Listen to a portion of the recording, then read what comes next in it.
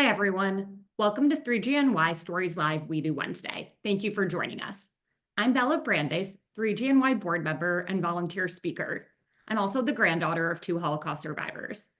This is our 30th WEDU Wednesday, our virtual series that brings our educational initiative WEDU from classrooms into your living rooms. We're so glad to have you here tonight, and we look forward to having you join us in the future. 3GNY is an educational nonprofit for grandchildren of survivors and supporters. And as a living link, we preserve the legacies and lessons of the Holocaust. Our mission is to educate diverse communities about the perils of intolerance and provide a supportive forum for the descendants of survivors. And for tonight's event, we'll be featuring 3GNY volunteer Emma Taffet, who will share the story of her grandmother, Anna Preis Green. Tonight's program showcases 3GNY's flagship educational initiative, WEDU, which is short for We Educate. WEDU empowers grandchildren of survivors to share their family's Holocaust experience in classrooms. Studies have shown that students who receive Holocaust education are more tolerant and comfortable with people of different races and backgrounds. They're more willing to challenge incorrect or biased information and more likely to be upstanders. And through our grandparents' stories, we can provide a human face to the past and a living link to the present, inspiring listeners to stand up to hatred and to act with courage and compassion. 3GNY has trained more than 500 speakers in New York and around the country. We've shared our stories in more than 1,500 classrooms and have impacted more than 60,000 students. And between our live programming and YouTube channel, more than 18,000 additional people have been able to hear our stories. In celebration of 3GNY's 18th or high anniversary, we've launched our high campaign to ensure 3GNY maximizes its impact today and is poised to continue doing so tomorrow. But we're at a pivotal moment. We've been out in full force in schools, educating minds by sharing our family's stories of survival and resilience, but we need to do more. We're witnessing anti-Semitism at record highs, and our work has assumed greater urgency. Now more than ever, we need your help to ensure we're countering anti-Semitism with education wherever possible. We must continue to nurture and grow our incredible community, which is formed of thousands of grandchildren of Holocaust survivors who have found a home with 3GNY and understand the responsibility that comes with this family history.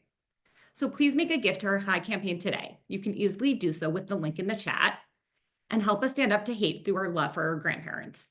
We promise them never again, and we'll make sure that their stories continue to live on. Your support will help us keep that promise, so thank you so much for your support tonight.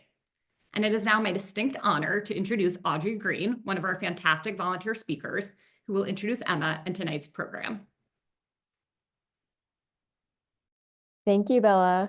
Hi, everyone. I'm Audrey Green Bandopatier, granddaughter of Anne Preis Green. I completed the WEDU speaker training program with 3GNY almost 2 years ago with my cousins, Emma and Julie Taffet. We were really fortunate to get to do it together. And during that time, I actually moved out to Los Angeles and am now involved with 3GLA at the LA Holocaust Museum. To know my Nanny Annie was to love her, and I feel so grateful that organizations like 3GNY and its national counterparts exist so that we can keep her story and her memory alive and help students build a human connection to our important history. It is my pleasure to introduce you to my cousin, Emma Taffet, who is also the granddaughter of Anne Preis Green. She grew up 15 minutes away from our Nanny Annie in New Jersey. She was a snowbird. She went between New Jersey and Florida, and she frequently went to Emma's middle school and Hebrew school classrooms to tell her story. Emma began telling her nanny's story in the winter of 2024 after completing 3GNY's WEDU speaker training that previous winter. And Emma currently works in HR in New York City for the Mets. Don't let that scare anyone off. And in her spare time, she enjoys playing tennis, taking long walks in Central Park, and cooking dinner for friends and loved ones. While Emma is sharing, please feel free to drop your questions in the Q&A feature in the Zoom menu, and we'll have plenty of time for questions and discussion after Emma's story. So, Emma, please take it away. Thank you so much for the introductions, Bella and Audrey. I love you, Audrey. I am so grateful to be doing this work alongside you both. As I said, I'm Emma Taffet, and I first want to thank all of you who are here tonight for taking the time out of your, I know, very busy lives to join us tonight. I can't see you, but I feel all of you here with me. going to share my screen in a second, but I just wanted to tell all of you that I'm going to be presenting this kind of exactly how I would in the classroom in schools. And I am mostly going to speak like I would to the middle school and high school children who I've gotten the privilege of meeting, to give you the full experience. As Audrey said, I'm not going to be pausing for questions, although I normally do when I'm in the classroom. But please feel free to ask anything. We'll get to them at the end. And without further ado, just going to share my screen. Perfect. I am here today to tell you a few stories about my grandma, who I called Nanny, who survived the Holocaust. At this point, just breaking the fourth wall for a second, I would ask the children, before I get started, I would love to hear from you first, and all of you can just think this in your minds. How many of you have been able to spend time with your grandparents, by a show of minds thinking? And then raise your hands if your grandparents are not from New York or not from the US. This is my grandma, Anne. She passed away in 2020 when she was 95 years old. She was the warmest and funniest person I knew, and I was always being compared to her because I got her blue eyes and light brown hair. As Audrey said, she lived 15 minutes away from where I grew up and was around all the time, taking us to after-school activities, coming over for dinner most nights of the week. She tried to teach me to knit, which didn't go very well, but successfully taught me how to make apple strudel and these cookies from Austria called mandelbrot. I always knew my grandma wasn't from the US. She had an accent that was different from my parents and my friends' grandparents. She told me when I was in 5th grade, when I was doing a project, that she came over to New York from Europe on a boat, and she had a blue tattoo with numbers on it on her arm. And she told me her mom put that there so she wouldn't forget her phone number. And then one day, as if I'd known forever, I found out that my grandma survived the Holocaust. But I didn't really know what that meant or the extent of the details till I was about your age, if you were all in middle school. When I was about 11 or 12, my grandma started coming into my school and classrooms, similar to how I'm doing today, to talk about her experience during the Holocaust and let my classmates ask questions. I was so proud that my grandma was coming to my school and my classes. And I know a lot of what I'm going to share with you today, both from conversations over the years with my grandma, but she also recorded a 5-hour interview with the US Holocaust Museum. So that's what I use to help answer any questions I can no longer ask her. So here's what I know about my grandma's life. My grandma, Anne Preis, was born on August 28th, 1925, almost 100 years ago, in Neunkirchen, Austria, which is about 45 minutes drive away from the big city, the capital of Austria, Vienna. In 1925, Vienna was very similar to New York in 1925. It was modern, it was cosmopolitan, it was the Roaring 20s. It was the cultural capital of Europe, or one of them at least. It was one of the cities in Europe in the same way that New York was for the US. And just so you can see on the right, this is what Vienna looked like in 1925. My grandma and her family were Jewish. Her parents, Berthold and Josephine, were Jewish, and she had a little brother, Ignaz, who was born 3 years after her in 1928. Jews were involved in every aspect of life in Vienna in 1925. My grandma's mom, Josephine, stayed at home and took care of her and her brother. Her dad, Berthold, worked in the scrap metal industry, which meant he worked at a place where they took discarded metal pieces and figured out how to make something else from them. Jews were totally involved in life in Austria in a predominantly Christian Europe, and were not treated at that time any differently from not Jewish Austrians. My grandma's parents had many friends who weren't Jewish from work and socially. And in some ways, 1925 to 1935 felt like a really lucky time to be a Jew in Austria. And I do want to note that this is unusual, and it was just that Jews were fully allowed to engage in society in this way at this time. At many other times in both the country's history and Europe's history, Jews just weren't really allowed this level of access to non-Jewish daily society like they were here. My grandma describes her childhood as being very normal. She had friends, she went to school, she teased her brother a lot. And this life in Austria was wonderful, but as many of you know, Austria is right next to Germany. And in 1933, the Nazis came to power in Germany. And the Austrians were close both geographically, right next door, and culturally. They all spoke German, the same language. So it's not hard to imagine that the ideas and politics in Germany would be heard loudly in Austria. When my grandma was 10, one of her best friend's family was a member of the Nazi Party. And she knew this because she remembers Nazi posters on their wall. But they knew she was Jewish and were always so nice to her. And this is it's really strange for me to hear, but super normal for her. But my grandma didn't know what Nazism was yet. Although was always hatred against Jews at this time and before, there wasn't any organized violence in Vienna yet. So Nazism didn't hold the same meaning as it does today. Just switch slides. Sorry. Did I miss? No, I don't think I missed a slide. On March 12th and 13th in 1938 was a turning point in my grandma's childhood. She was 12 years old when the Anschluss occurred. This was when Hitler came into Austria and declared it was no longer Austria, but part of Germany, and not just Germany, but Nazi Germany. So one day, my grandma was Austrian, living in Austria, and without moving anywhere, she was suddenly in Germany and was also not German because under the Nuremberg laws, Jews were not allowed to be citizens of Germany. This photo on the left, I'm pointing, but I'll just use my clicker. This photo on the left is a photo of her actual new German passport. And the photo on the right is her brother's German Empire identification card. And if you look closely, you can see that his middle name is noted as Israel, which was not his birth middle name. This was the name given to all Jewish men during this time.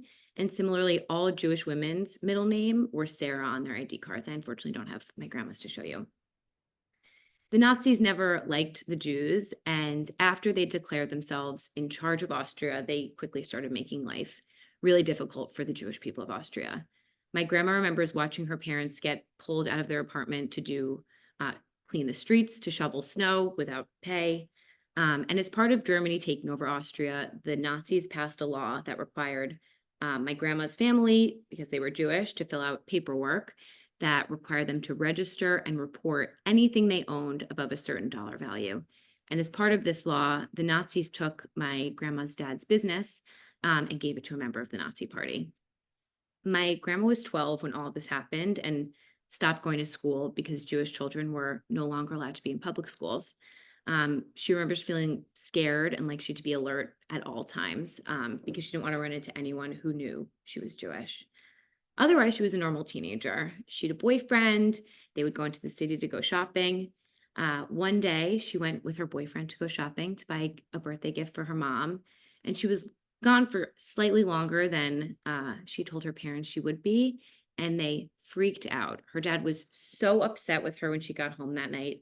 And I think they all, but including my grandma, felt a lot of fear around what could happen to you if you were caught somewhere you shouldn't be as a Jew.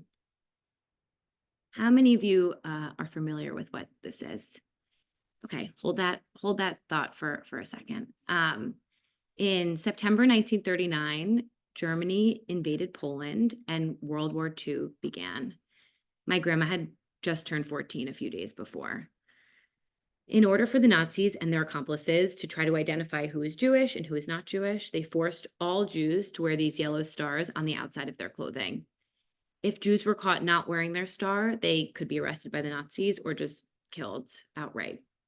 And I just want you to think for a second, if you have anything in your life or any qualities that are on the outside of you seen by anyone that could be used to discriminate against you. When my grandma was 16 in 1941, things continued to get worse for her and her family. My grandma and her family were kicked out of their apartment and forced to move into the back room of a store with two other families by the Nazis and their collaborators. I try to imagine being 16 years old, and one day she's in her house with her parents and her brother. The next day, she's living in a store, forced to do this by the government in charge. I can't even imagine really what she was thinking then. And all this just happened in a few short years. Even though things seemed bad, my grandma's dad thought the war wouldn't last. He had a lot of non-Jewish friends who still gave him just a sense of safety that he'd be okay. This will all be over soon. He thought about immigrating and almost did a few times to South America, but didn't pull the plug. In hindsight, my grandma thinks he was just scared to go with 2 young children and a wife and kind of uprooting them from everything they'd known. As things continued to get worse, my grandma's parents agreed that they had to start hiding from the Nazis and thought it'd be safer for her and her brother to hide without them. Her parents found hiding places for them to start, but she had to move a lot because she just didn't know who she could trust. For example, when she was 17, at one of her hiding places in the outskirts of Vienna, she needed to be extra careful and was told she had to leave that hiding place during the day so she wouldn't get caught by the Nazi police. She ended up becoming a housekeeper for a married couple who was living in the inner city, who was willing to give her somewhere to hide during the day. And although she knew it was less dangerous to be working for this family during the day than in the place where she slept, she still needed to be so careful. When she cleaned the home, she didn't use the vacuum cleaner or draw any unnecessary attention or noise to the home. No one was supposed to be home during the day, and everyone was supposed to be at work, so she just cleaned as silently as she could. And my grandma understood that hiding was a life or death situation. No matter where she was, she always tried to get along with the people who hid her. And the couple was taking a huge risk by hiding her during the day. And so she was super, appreciative and grateful for that as well. They knew she was Jewish, and Jewish sympathizers, people who hid Jews, were also known to get arrested by the Nazis and also disappear as well. So although this couple was kind enough to take her in, protect her, give her somewhere to go during the day, my grandma quickly realized that the husband amazingly didn't understand the gravity of the situation my grandma was in. One day when my grandma was cleaning, she got a call from the husband in the house who said that a Nazi government official was calling him. He said they knew that my grandma was hiding in his house and that they were going to come and get her and arrest her. My grandma dropped the phone, dropped everything, and started to run as far as she could without her star on, and ran through the city in broad daylight. And she does not know how many miles she ran from the inner city to where she was staying in the outskirts, but she ran until she got there. She found out the next day that the husband was kidding and thought it was a funny joke to call and pretend to be the Nazi police. My grandma learned that even people who had kind intentions and did kind actions could be cruel, and never went back there again.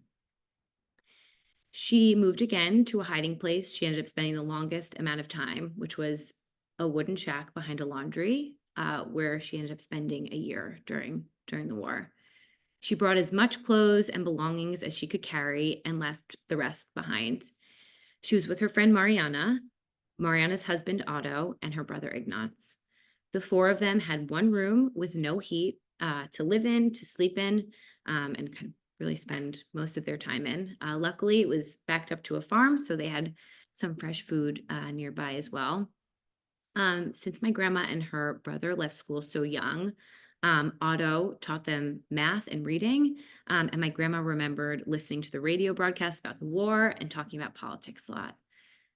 The owner of the laundry, who was hiding them, needed a goose for Christmas that year, so my grandma and Mariana went out to get her one. They were not wearing their yellow stars. They went out, bought the goose, and got on the tram home, and there was a Nazi police dog on the train with them who picked up the scent of the goose and started following them. They were so scared, they actually believed that the dog knew they were Jewish and was onto them, and they sprinted home and remember sweating so much through their shirts that the dye from their coats stained their clothing. I can't say what my grandma really felt during this time. She used to tell me that for the entirety of hiding until the end of the war, she was on autopilot, living one day at a time. She couldn't stop to feel what she was feeling. And when I hear about even like the story about the goose, even though I know how the story ends with her survival, I wonder how she'll ever make it.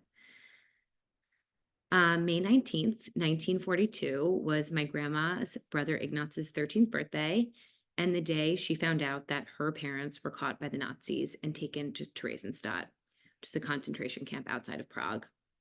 My grandma's parents wrote to a friend and said that they were sent there, but that they were able to receive food, and that the camp itself was beautiful. When my grandma's parents were caught, they told the police that their daughter and son, my grandma and great uncle, had already crossed the border into Hungary. My grandma mailed them some onions and potatoes from the farm. One morning in October of 1944, when my grandma was 19 years old, she was woken at 6 a.m. in the shed behind the laundry. She heard the gate slam, and the next thing she knew, the Nazi police were outside arresting all of the Jews they could find. My grandma, her brother, Mariana, and Otto were taken to a city jail, and they had no idea what would happen next. After about a month in that jail, my grandma, Ignaz, Mariana, and Otto were transported to Auschwitz. Auschwitz was the largest and most deadly concentration camp, and where over 1 million Jews were murdered in less than 5 years. I've heard many stories of people going to Auschwitz in cattle cars, having to stand for days with no food, water, or a bathroom. But my grandma and her group went in a regular train car with about 15 other Jews. They didn't know where they were going. And when they got to Auschwitz, my grandma and Mariana were 2 women and separated from the men immediately. Right when they got there, the Nazis forced my grandma to undress, showered her, cut off all of her hair, and gave her a tattoo with a number on it, gave her a navy blue straight dress to wear, and she remembers being really uncomfortable. They didn't give her a bra. After all of this, she went to the bathroom and got scared because she thought someone was in the room with her, but it was just her own reflection in the mirror. She just couldn't recognize herself. She knew she was lucky then because at the entrance of Auschwitz, there were people who got actually showered, their head shaved, tattooed, and sent to work. And then there was another group of people who went straight to the gas chambers. The gas chamber was how the Nazis did many of the mass killings of Jews at Auschwitz. My grandma knew the magnitude of the situation when she saw the smoke and smelled the smell of burning hair and flesh. She knew that the gas chambers were disguised as showers, so whenever she went in to take an actual shower, she didn't know if she was going to come out or not. Her main goal at Auschwitz was to stay invisible, healthy, and survive every day, day by day. And every day there was a selection where Jews were picked out to either live or die, go back to the bunker, or go to the gas chamber and get killed. And many times the Nazis killed sick or weak people who couldn't work. But sometimes there was just no reason why one person selected and one person wasn't to get killed. She was put to work immediately, and her first job at the camp was tearing and braiding clothes together. Then she went on to building roads, then breaking rocks, then transporting rocks that would be used to build roads for the Nazi army. The conditions at Auschwitz were notoriously horrible. My grandma slept with multiple women in a bunk designed for one person in a room with multiple bunks just like them. The bunks consisted of a wooden frame with wooden slats, and that's it. She was living on watery soup, no nutrition, and doing backbreaking work every day. She knew she had to make it through the day and look as though she was healthy and normal, because her ability to work gave her a better chance at surviving, and she knew that. When she was in camp, she would have food fantasies where she was sitting at a table set with candles and a tablecloth and napkins and silverware, and in reality, she was barely getting enough food to stay alive. She would trade her ration of bread for a ration of cabbage when she was at work. A few months in, my grandma got dysentery and had to go to the hospital, which wasn't really a hospital meant to get people better, but more like an isolation chamber versus, a hospital itself. And by some miracle, she got better and was able to go back to work. The last selection she went through, she had a terrible rash and covered it with her clothes, and she ended up getting pushed out of the way at the last second during that selection and didn't get picked for the gas chamber. In her words, she said, as the dice fell. While she was working, she would occasionally see her brother in passing, and one day walked by him and traded him her bread for his garlic, and saw that he got caught by one of the guards. I think until she passed away, she held on to a fear that her brother was murdered because of this moment. She was assured by someone else that he wasn't killed for that, but she still talked about it years later. Although my grandma was there because she was Jewish, she said she didn't pray and that the idea of religion didn't come up for her while she was there. She just wanted to survive. I'm going to stop sharing my screen for the next little bit.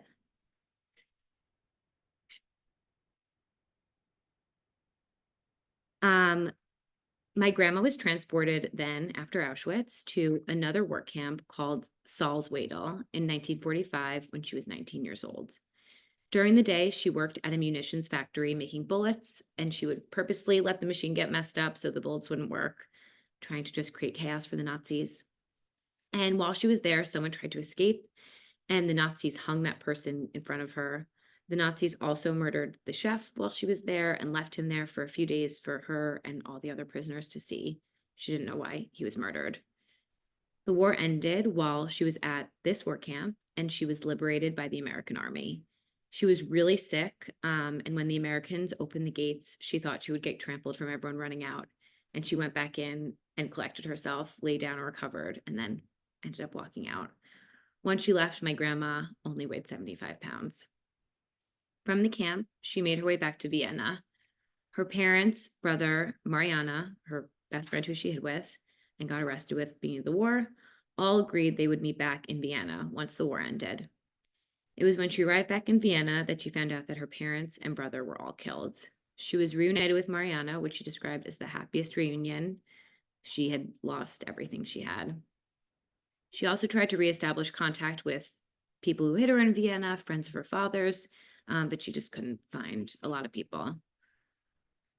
She ended up getting in touch with her mother's uncle, who was living in New York, who agreed to help her come to America. At that time, the US was not just letting anybody in. You needed someone who said they would take you in and house you when you arrived, and her uncle did that for her. She didn't want to stay or settle in Vienna. She didn't have anybody there. But she'd also been in survival mode for so long that the idea of planning for any future was completely foreign to her. If you remember, the war started when she was just 12 years old. She had a really hard time deciding to leave, but she was also completely alone in the world, besides for Mariana. After my grandma's uncle made arrangements and got her a ticket to come to America, she boarded a boat for New York from Germany. The total boat trip took 10 days, and there were about 1,000 people on board with her. When she pulled into New York Harbor, she said that all 1,000 people went to the side of the boat to look at the Statue of Liberty, and she thought the boat was going to tip over. When she landed in New York and got off the boat, she could not find her uncle. She was 20 years old, only spoke German, was at a foreign city in a country she had never been to before, did not have a cell phone, obviously, but had her uncle's address. She ended up wandering up the West Side Highway and said she finally felt free. I can't imagine how overwhelming those first few hours were. She always had such an adventurous spirit and came from a big city, so she wasn't afraid at all. Once she found her uncle and got settled in, he set her up with a job at a hat factory because that's what she had been trained to do in Vienna. She made a few friends who came from Austria and tried to regain a sense of normalcy. As I said, she didn't speak any English when she arrived and started taking English classes at Stuyvesant High School. One day on her subway ride to Stuyvesant, she got lost, as so many of us have in the New York City subway system. She was on the platform and trying to find her way when a man came up to her and spoke to her in German and offered to help her. He told her his grandpa came from a town outside Austria and then asked her to go for ice cream. That guy was my papa, my mom's dad, and my grandma married him 6 months later. A classic New York subway love story. Just going to share my screen again.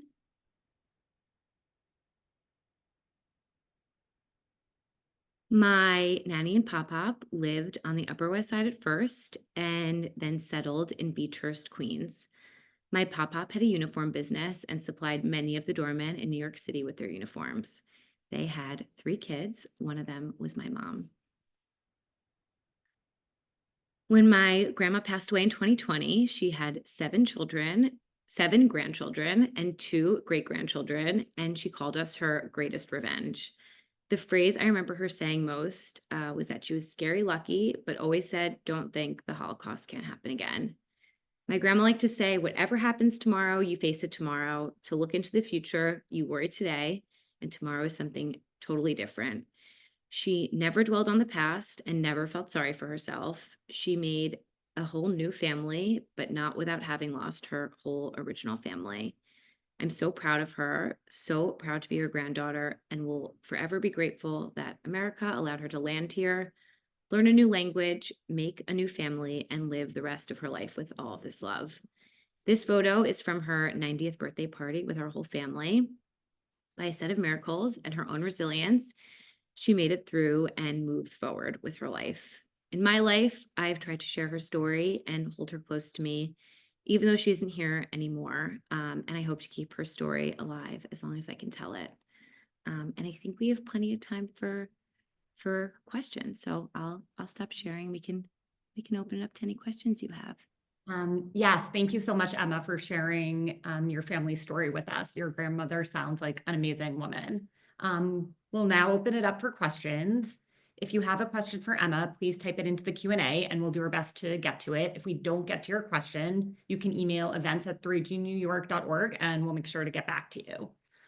So looking at the chat here for our first question, how do students typically respond when you share your story with them in schools? I would say it's a mix of like deep curiosity about like what did she eat in the concentration camp, like kind of granular details about like what life was actually like there for her. And a lot of them like feel excited to understand that like the things they're learning in school actually happened to someone who I know. There's a lot more. I've spoken in schools kind of across the Bronx, Queens, and Manhattan mostly, with kind of different populations depending on where I go. And yeah, the response has been overwhelmingly positive from students, of just a lot of curiosity, a lot of trying to like kind of put their own family story in it, because I think a lot of their grandparents were immigrants, or a lot of their parents were immigrants too. I hope that answers the question. Audrey, any other thoughts on that? Yes, there's another question that I'm seeing. If your grandmother was alive, how do you think she would feel about you doing this work? I love this.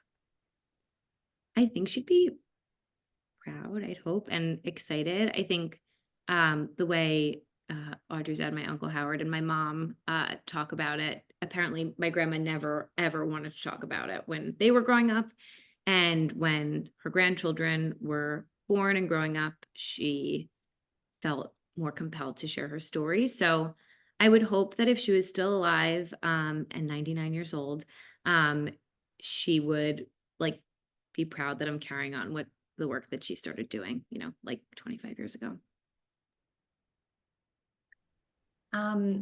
What's one thing that you take away from your grandma and her story? She just like never she never like looked in the rearview mirror. She never held what happened to her against anyone. Like, she wasn't bitter. She was always just like really happy. And I think like hard days happen to all of us, and just remembering that like it's a choice to how you're going to respond to hardship and any given situation, and trying to channel how she responded to this by putting one foot in front of the other and kind of bringing joy into the world, and not kind of unleashing it on anybody, and just never being bitter about it, and just being really grateful for what she had. So I try to keep her in mind on hard days and during hard times. That was a really great question from Yael Simpson. So thank you, Yael, for that. We also have a question from Erica Wells. Did you get all of this information in detail directly from our grandmother, or did you find out some information after she passed, maybe from other family members? Great question. A little bit of both. I think like a lot of it is from my memories with her and what she told me. As I mentioned at the beginning, she recorded like a 5-hour interview with the Holocaust Museum. And I listened to that and took copious notes, and then went back and asked my mom questions, asked my uncle questions. And luckily, again, Audrey, my sister, and I all were doing this together. So we could kind of like corroborate our facts together to make sure we were telling the same story, which we do, from our own perspective, obviously. But yeah, the Holocaust Museum work and recording is kind of pivotal to actually putting this together, because when she passed away, I don't think she could have really like shared much of what was what she remembered at that point anyway. So that was like when she was like in her 70s sharing it. So that was super helpful. Another question is, do you know kind of what happened to Mariana? And can you talk a little bit about her and her relationship with your grandmother? Yeah, absolutely. I could do a whole other 3G presentation on Mariana as well. So Mariana's husband, Otto, was killed. And Mariana ended up immigrating to the US as well, to New York. She lived on the Upper West Side for my whole life. I spent a ton of time with her. She was like a second grandma to me. And she unfortunately never had any children of her own, but very much kind of took our family in as hers. So yeah, she lived the rest of her life till she was, I think, 94, on the Upper West Side of Manhattan, and was best friends with my grandma the whole time.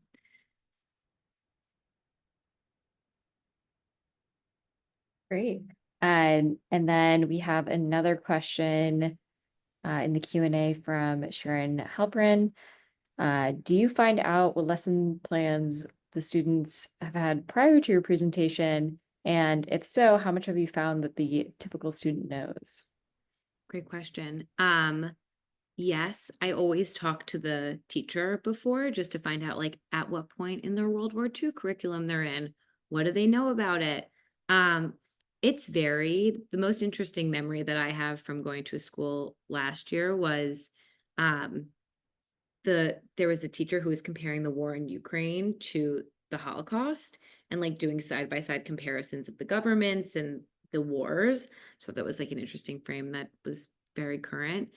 I find that when I show the Star of David, everyone's like, I know what that is. When I say Nuremberg laws, people also say like, oh, wow, see, our teacher wasn't lying. Like that's a real thing too. So I think like it's still, and again, like I'm going to classrooms in New York City. And I think Holocaust curriculum still being taught, but it's like a smaller unit, I think, now than it might have been when I was growing up, at least. Great question. Yeah, I do get like lesson plans and kind of a download before. And there's another question in the chat, actually from Dee Feinberg, wondering if there are others across the country who are doing the same thing, or if we're only in New York. And I can actually jump in on this one because I volunteer with 3GLA through the LA Holocaust Museum. So there are local branches of descendants of Holocaust survivors. There's actually quite a few 3G groups. We're in oh my gosh, so many places now. There's 3G Houston, there's 3G Miami, 3G DC, 3G Philly, 3G New York. I think there's a New Jersey chapter specifically that's springing up. Baltimore. So it's just so great. There's so many of us who have this shared background, and a national organization called Living Links actually just launched a couple months ago, which the purpose of that is to sort of bridge together all these 3G organizations, provide more resources, and hopefully also help bring our speakers who have been trained through programs like we do to localities where there aren't chapters yet, or middle America places that could really use this type of education. And I just want to add, I just recently heard this week that we now have a 3G group in the Dakotas. So it's really exciting. We have a couple of members there. So we are definitely continuing to, reach people and students and other community groups throughout the country. Here's a question for you, Emma. Have you given any presentations since 10/7, and have questions changed at all since 10/7? I think this was from Aunt Jojo. Hi, Aunt Jojo. Yes, I have. Most of mine have actually been since last year, October. And it was a big concern of mine, especially early on, of how I was going to be received in different classrooms across the city. It didn't come up, and I actually spoke to Dave and another person who helped train me, Peter, about like how I would even address that. And how I've always walked into it is if questions came up, just share that, that's not really, I'm not really like here to talk about that today. But any questions about my grandma's story, like I'm not there to kind of comment on the situation in Gaza and Israel right now. So, and it hasn't really come up. I was definitely way more worried that it was going to come up, and it just hasn't really been brought up by the students. So, but great question. We share a grandma story. And I'll also tag on to Dee Dee's other question about whether we speak to other demographics or only school children.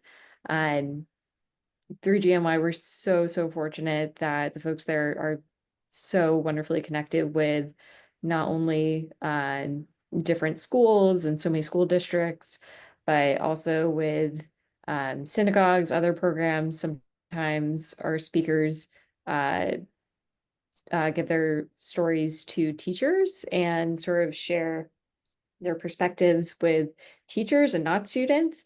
And so it's really wonderful to have such a wide reach through 3GNY. And then we also have a really wonderful question in the chat, which I love, from Michelle Oltman.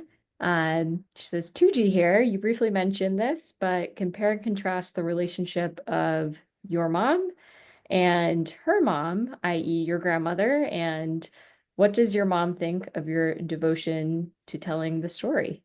Thank you. I think my she's on tonight. Hi, Mom.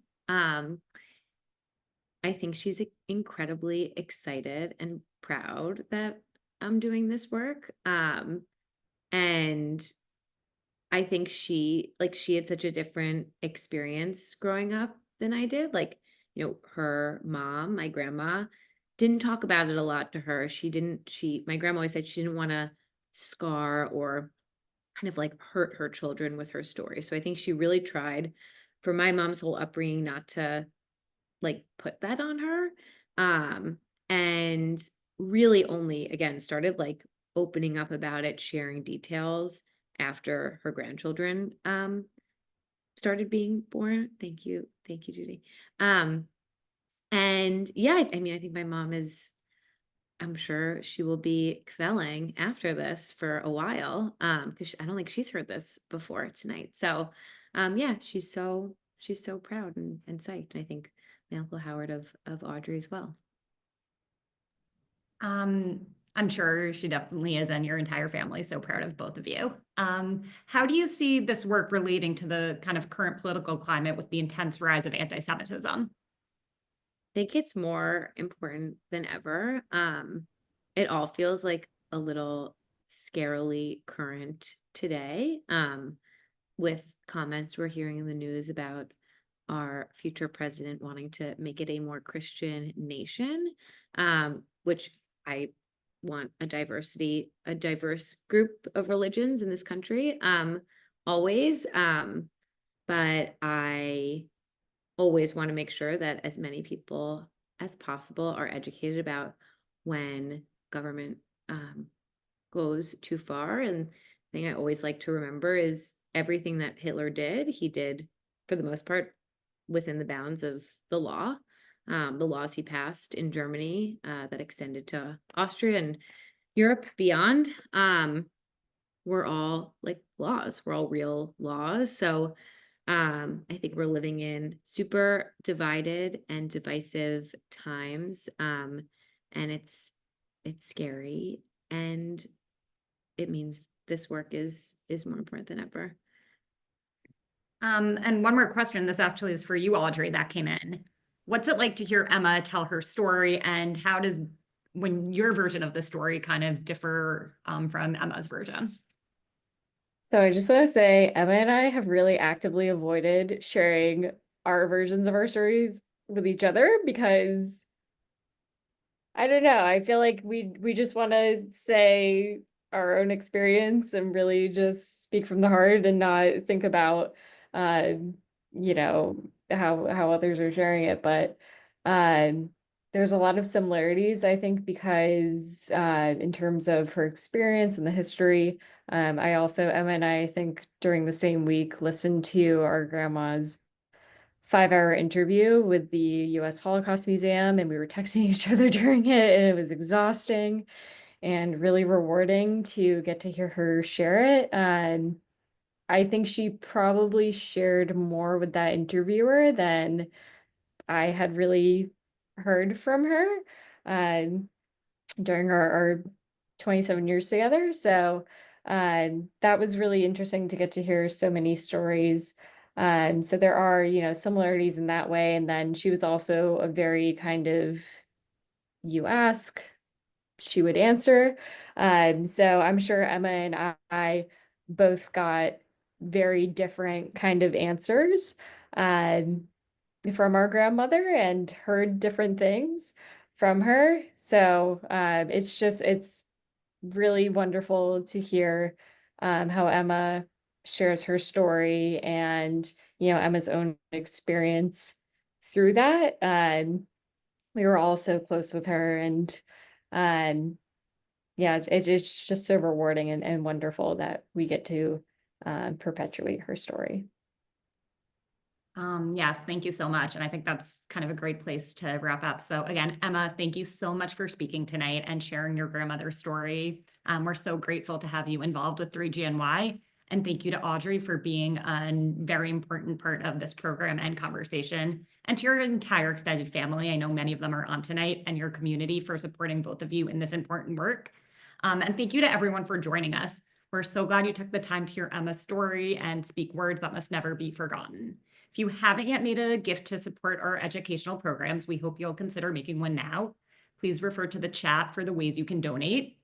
Also, if you have any connections with educators who may want our speakers to present to their classes or community groups, please reach out to us. We have a large bureau of speakers, of grandchildren ready and prepared to present, just like you saw Emma do tonight.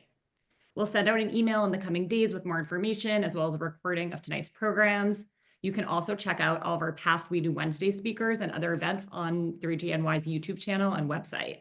We love your feedback and our post-event survey, which will be sent to your emails later tonight. Again, thank you so much for being with us. We're so grateful as always for your presence and your support. Thanks again, Audrey and Emma. Thank you all so much for coming tonight. Thank you, everyone.